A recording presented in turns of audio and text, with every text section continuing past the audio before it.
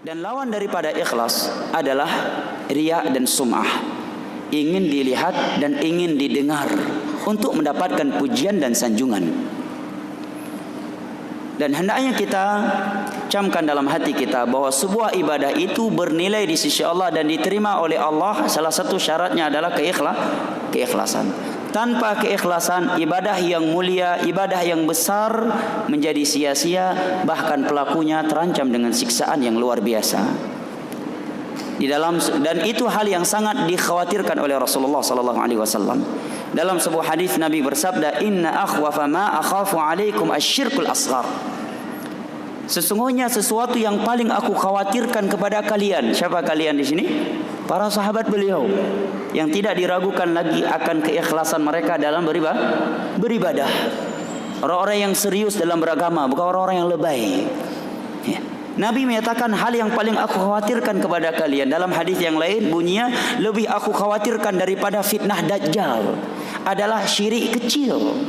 Para sahabat pun bertanya, wa masyirkul asghar, apa yang kau maksud dengan syirik kecil wahai Rasulullah? Beliau pun jawab, ar-riya, yaitu riya.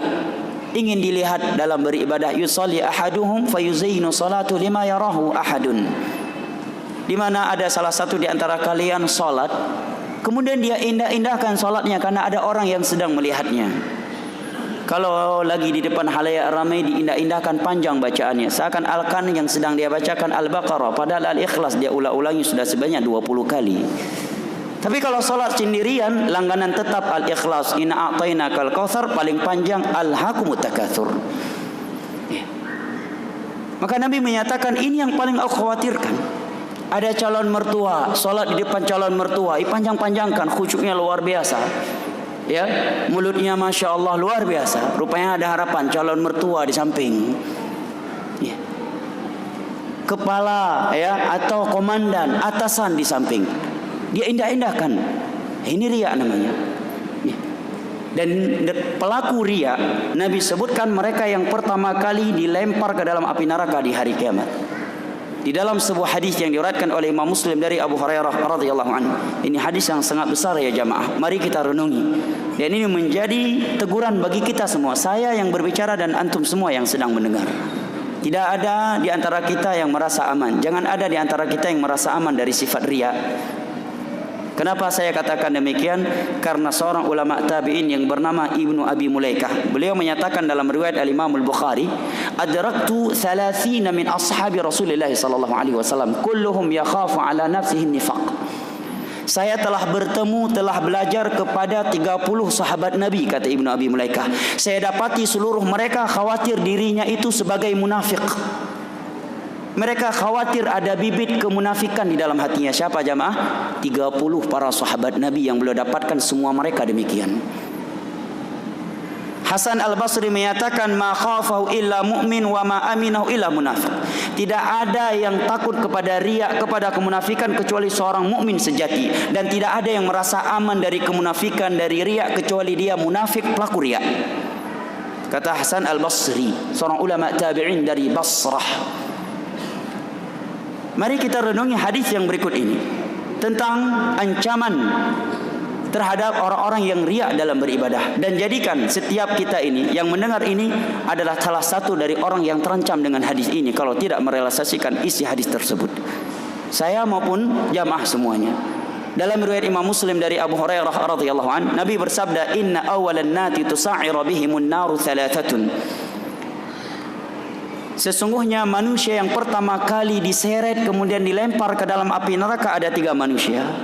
Yang pertama, rajulun istushhida fa'utiya bihi fa'arafahu ni'amahu fa'arafaha faqala lahu madza fa'alta fiyya faqala inni qataltu fika hatta qutil qala kadzab fa inna ma qatalta liyuqal al-jari faqad qil. Yang pertama kata Nabi adalah seorang yang mati di medan jihad. Jihad syar'i ya, jihad syar'i. Dengan ketentuan-ketentuan yang tentunya sangat banyak di dalam yang dibahas dalam pembahasan fikih. Jihad syar'i. Ya. Orang yang mati di medan jihad syar'i. Kemudian dia diperhadapkan kepada Allah di hari kiamat. Kemudian Allah katakan kepadanya, Allah sebutkan satu persatu nikmat yang telah Allah berikan kepadanya. Allah audit seluruhnya.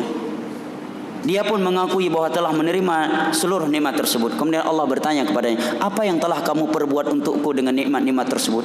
Kamu punya rumah, kamu punya kesehatan, kamu punya mobil, kamu punya anak, kamu punya istri, kamu punya gaji sekian, kamu punya ini, punya ini, punya ini, punya ini, punya itu. Wala tus'aluna yauma idzin anin naim. Dia akui semuanya. Maka Allah bertanya setelah itu, apa yang telah kamu perbuat untukku? Maka dia menjawab, ya Allah, aku ikut perang di medan jihad sampai aku mati syahid karenamu ya Allah. Maka Allah menjawab, kadzab, kamu pendusta. Kamu berperang, kamu berjuang untuk dikatakan pahlawan, panglima sago. Untuk dikatakan pahlawan, bukan karenaku. Dan gelar itu telah disandangkan kepadamu ketika engkau di dunia.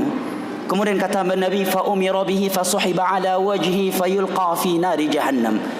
Dia pun diseret kemudian dilemparkan ke dalam api neraka. Apa sebabnya dia dilempar ke dalam api neraka jamaah? Karena mati di medan jihad. Sebabnya apa? Karena tidak ikhlas. Padahal betapa besar keutamaan mati di medan jihad. Saking besarnya keutamaan orang yang mati di medan jihad, enggak boleh dikafan. Dengan pakaian yang berlumuran darah, tidak disolatkan dan tidak dimandikan, langsung dikuburkan. Ini keistimewaan orang yang mati di medan jihad. Malaikat-malaikat yang langsung menjemput dia dan memandikan dia dan langsung dijemput oleh bidadari. Itu orang yang mati di medan jihad. Dan di hari kiamat dia akan bangkit berlumuran darah yang darahnya lebih wangi daripada misik. Gara-gara mati di medan jihad, dia menjadi orang yang pertama kali dilempar ke dalam api neraka tatkala tidak ikhlas. Tidak ikhlas karena Allah Subhanahu wa taala. Yang kedua kata Nabi sallallahu alaihi wasallam, rajulun qara al-Qur'an, ta'allama al-Qur'ana wa 'allamah, adalah seorang yang ahli. Ini peringatan bagi kita semua dan terkhusus bagi saya dan semodel dengan saya sebagai penceramah agama. Dan jangan pernah merasa aman dari ini.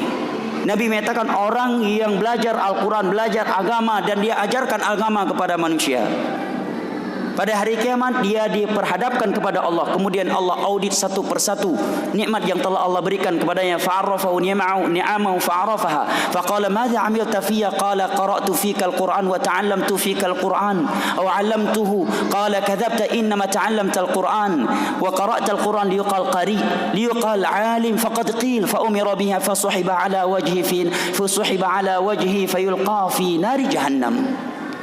Adalah orang yang ahli ilmu agama. Dia mengajarkan ilmu agama kepada manusia. Ahli Al-Quran, dia ajarkan Al-Quran kepada manusia.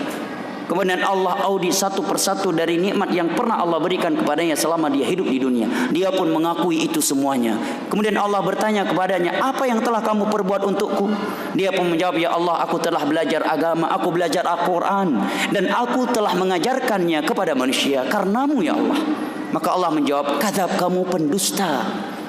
Kamu belajar dan kamu mengajar untuk dikatakan alim, untuk dikatakan qari. Bahkan terkadang sebagian orang kalau tidak disebutkan titel S1, S2, S3-nya dalam urusan marah dia. Udah capek saya sekolah, masa titel saya tidak disebutkan.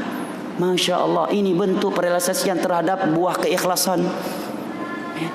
Bahkan sebagian orang kalau udah pulang haji nggak dipanggil Pak Haji bungeh kahek we haji kupu blau blang blang ko jak haji hana kahai Pak Haji. Subhanallah. Pulang haji nggak dapat sertifikat kayaknya nggak sah. Padahal yang buat sertifikat orang-orang Indonesia di sana, nggak ada pihak pemerintah Saudi mengeluarkan sertifikat haji. Tidak ada. Ya, itu perbuatan sebagian oknum Indonesia yang di sana. Dijual sertifikatnya. Nggak ada sertifikat haji dari negara Saudi Arabia. Ini menjadi renungan bagi kita. Ini alim, enggak ikhlas. Akhirnya apa jamaah? Diseret oleh malaikat kemudian dilemparkan ke dalam api neraka. Siapa dia? Ulama. Kenapa? Karena tidak ikhlas dalam belajar agama dan mengajarkan agama kepada manusia. Yang ketiga kata Nabi SAW, rajulun atahu Allahul mala bi anwa'i asnafihi. Orang yang konglomerat, orang yang kaya raya di dunia. Dia diperhadapkan kepada Allah, kemudian fa'arrafahu ni'amahu fa'arafaha faqala madza 'amilta fiyya? Qala ya Rabb ma taraktu sabilan tuhibbu an yunfaqa fi illa anfaqtu fik. Qala kadzab innama anfaqta liyuqal jawab faqad qil fa umira bihi fasuhiba 'ala wajhihi fayulqa fi nari jahannam. Adalah seorang yang konglomerat yang telah Allah berikan kepadanya berbagai bentuk harta. Kemudian Allah audit satu persatu dari harta dia tersebut. Kemudian Allah bertanya, dia pun mengakuinya, dan Allah bertanya kepadanya, apa yang telah kamu perbuat untukku dengan hartamu ini? Penghasilan kamu sebulan sekian. Apa yang telah kamu buat dengan hartamu ini untukku? Dia menjawab, ya Allah, aku senantiasa berinfak untukmu karenamu ya Allah. Tidak ada satu seruan untuk bersedekah di jalanmu melainkan aku berinfak ya Allah. Maka Allah menjawab, kadzab, kamu pendusta. Kamu berinfak, kamu bersedekah agar dinilai sebagai orang yang dermawan. Sebagian orang kalau bakti sosialnya tidak dimuatkan di media, marah dia. Ya. Coba bayangkan, sedekah yang luar biasa ibadahnya, yang kita tahu satu kebaikan sedekah Allah lipat gandakan menjadi 10, terkadang menjadi 700 kali lipat, bahkan terkadang bisa lebih dari itu, ya kan? Mathalul ladzina yunfiquna amwalahum fi sabilillahi kamathali habatin ammatat sab'a sanabika fi kulli sumbulatin mi'atu habba wallahu yudha'ifu liman yasha wallahu wasi'un alim. Ya. 700 kali lipat. 1 juta kita sedekah, Allah ganti 700 kali lipat. 1 juta kali 700 berapa? Sama dengannya? Hah? Berapa miliar? Luar biasa banyaknya. Ini pahala sedekah. Tetapi karena tidak ikhlas, Allah katakan kamu dusta. Kamu bersedekah untuk dikatakan seorang yang dermawan, untuk dipilih, biar ada suara, biar dapat KTP. Maka dia pun diseret kemudian dilempar ke dalam api neraka jahanam. Na'udzubillah ya jamaah. Siapa 3 orang ini? Yang pertama, 3 model manusia, semuanya orang-orang yang mulia dalam agama. Yang pertama tadi mati syahid, mati di medan perang, di medan tempur. Enggak mudah jihad itu. Ya, enggak mudah jihad itu. Ya. Mendengar suara bom, tiba-tiba lagi jalan, jatuh granat. Enggak mudah bisa bertahan. Nyawa kita pertaruhkan, anak istri, keluarga, harta kita tinggalkan. Kalau bukan karena keikhlasan dan keberanian yang luar biasa di dalam hati, tidak mungkin bisa bertahan. Ya. Yang kedua tadi ulama, yang siang harinya belajar mengajarkan agama kepada manusia. Yang ketiga seorang yang dermawan di dunia. Semuanya menjadi orang yang pertama kali diseret dan dilemparkan ke dalam api neraka. Padahal ibadah yang mereka lakukan ibadah-ibadah besar di dalam Islam, karena tidak ada keikhlasan, karena riya. Dan riya itu terkadang pintunya sangat banyak. Ya. Terkadang ada indikasinya. Menjelang pilkada bagi-bagi duit. Udah terpilih nggak bagi-bagi duit lagi? Menerangkan apa ini? Ikhlas nggak bagi-bagi duit kemarin itu?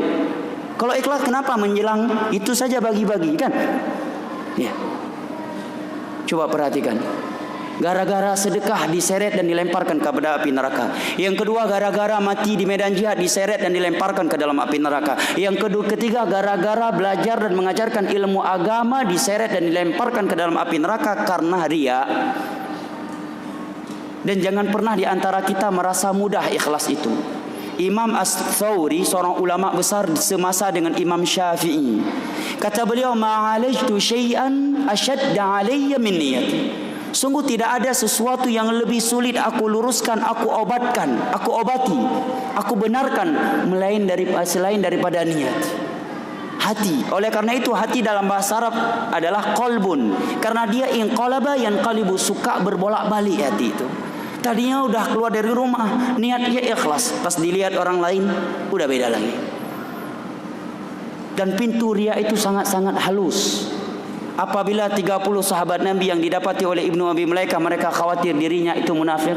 Hasan Al-Basri juga berkata, orang yang khawatir kepada kemunafikan adalah mukmin sejati, dan tidaklah ada yang merasa aman dari kemunafikan kecuali seorang yang munafik. Maka apakah kita merasa aman dari riya ya jamaah?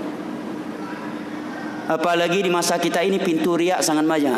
Di antara pintu riya yang besar, kata para ulama yang mengajarkan akidah di masa ya sekarang ini, pintu riya besar di zaman now ini adalah selfie. Ini pintu riya nih. Walaupun tentunya kita tidak boleh memvonis setiap orang yang sedang selfie riya. Tapi itu nasihat untuk pribadi kita masing-masing. Mau ke masjid, cekrek, masukin Facebook, profil WhatsApp. Ya, bahkan betapa sering kita terganggu tawaf di Ka'bah gara-gara selfieun. Ahli selfie, ya kan? Lagi tawaf orang terhalangi. Panggil kita kira apa? Mau bagi duit kah? Rupanya suruh foto dia sebentar. Kita lagi asik tawaf. Ya, lagi baca Al-Quran, cekret. Kirim ke Facebook. Teman-teman kapan ikut nyertai? Ya, semoga teman-teman semuanya dimudahkan oleh Allah. Setelah itu lihat berapa orang yang like. Masya Allah. Update status tentang pentingnya ikhlas, bahayanya riya. Setelah itu cek berapa orang yang like. Itu ikhlas. Statusnya pembahasan ikhlas, bahaya riya. Setelah itu dicek. Ya, bangun berapa like. Besok pagi cek lagi. Wah, udah bertambah. Cek lagi lulus. Oh, udah bertambah lagi. Like yang dilihat. Itu ikhlas ya jamaah. Mau ke masjid umroh, cerek, masuk Instagram. Ya, cap istiqomah. Ini pintu riya ya jamaah. Nabi menyatakan rajulun tasaddaqa bi sadaqatin fa akhfa hatta la ta'lama shimaluhu ma tunfiqu yaminuh. Di antara 7 golongan yang mendapatkan naungan Allah di hari kiamat adalah seorang yang bersedekah yang ikhlas sampai-sampai Nabi ibaratkan tangan kirinya tidak tahu yang disedekahkan oleh tangan kanannya. Di zaman Zainal Abidin, anaknya Ali bin Abi Thalib, seorang yang dikenal ikhlas dalam bersedekah. Ketika meninggal beliau, jasad beliau berbekas di sini, di bahu beliau berbekas. Dan setelah beliau meninggal, baru beberapa fakir miskin merasa kehilangan sedekah. Biasanya setiap hari atau setiap malam mereka dapatkan makanan ya di pintu mereka. Begitu Zainal Abidin meninggal, baru tahu rupanya yang selama ini bersedekah dia. Dan rupanya bekas ini adalah bekas bawaan sedekah beliau kepada fakir miskin. Subhanallah. Ini hendaknya menjadi renungan ya jamaah. Ya, baca Al-Quran selfie, sholat selfie. Ini ibadah zaman now sekarang ini. Ya. Di sa'i sofa selfie, depan tawaf selfie. Udah masuk ke raudhah, begitu sulit masuk ke raudhah. Begitu masuk ke raudhah, apa yang pertama dia lakukan? Bukan salat doa, selfie dulu. Kret. Ya, baru sholat. Subhanallah. Kita enggak khawatir ya jamaah. Pintu riya, jangan kita buka pintu riya itu, kita tutup. Walaupun tentunya kita enggak boleh berburuk sangka untuk setiap orang yang selfie. Kita berbaik sangka aja, mungkin dia tujuannya untuk mengajak, bukan untuk dipuji. Ya, tapi untuk diri kita, jangan kita buka pintu riya untuk diri sendiri. Adapun kalau ada orang lain selfie ketika melakukan sebuah amalan yang mulia, ya kita berbaik sangka aja. Wa iyyakum wadh-dhann, hati-hati kalian dari berburuk sangka. Bisa jadi mungkin dia ingin memotivasi orang lain, tapi untuk diri kita sendiri. Ya. Demikian hadis Nabi. Orang mati di medan jihad, satunya ulama, satunya lagi dermawan, menjadi yang pertama kali diseret dan dilemparkan ke dalam api neraka tatkala tidak ikhlas dalam menjalankan ibadah tersebut.